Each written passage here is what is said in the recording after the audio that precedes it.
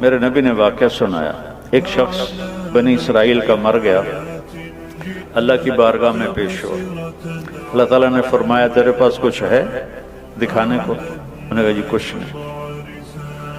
تو اللہ تعالیٰ نے فرمایا چلو سوچ لے کوئی ہے تیرے پاس نیک عمل؟ انہوں نے کہا جی کوئی نہیں، خالی۔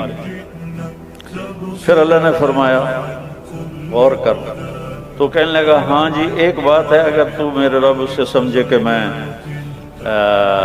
وہ نیکی کچھ کی ہے تو وہ یہ ہے کہ میں تاجر تھا تھوک کا اور لوگوں کو مال دیتا تھا،